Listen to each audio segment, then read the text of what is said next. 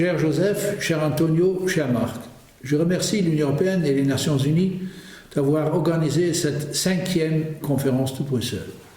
L'année 2021 marque le 10e anniversaire du début du conflit en Syrie.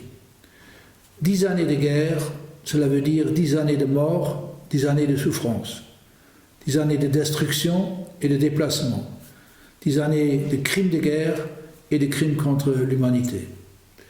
Seul un processus politique conduit par le peuple syrien et menant à une transition pacifique et inclusive permettra d'aboutir à une paix durable. Conformément au communiqué de Genève et la résolution 2254 du Conseil de sécurité, nous soutenons les efforts de l'envoyé spécial des Nations Unies, Geir Petersen, dans ce sens. Notre position concernant la reconstruction reste inchangée. Aucune aide pour la reconstruction sans processus politique.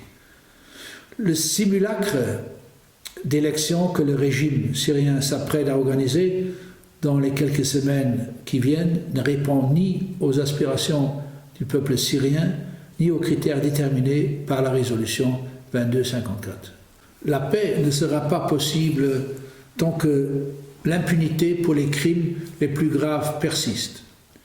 J'aimerais relever dans ce contexte le travail essentiel effectué par les organisations de la société civile syrienne, ainsi que par le mécanisme international impartial et indépendant des Nations Unies, chargé de faciliter les enquêtes sur les crimes commis en Syrie, un mécanisme que nous soutenons depuis sa création en 2016.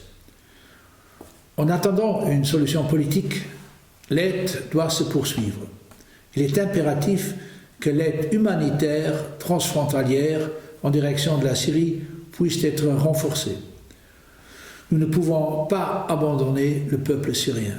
Le Luxembourg contribue à l'action humanitaire pour la Syrie et les pays voisins depuis 2012. En 2016, à Londres, nous sommes engagés à y consacrer 37,5 millions d'euros sur une période de 5 ans, jusqu'en 2020. Nous avons tenu cet engagement.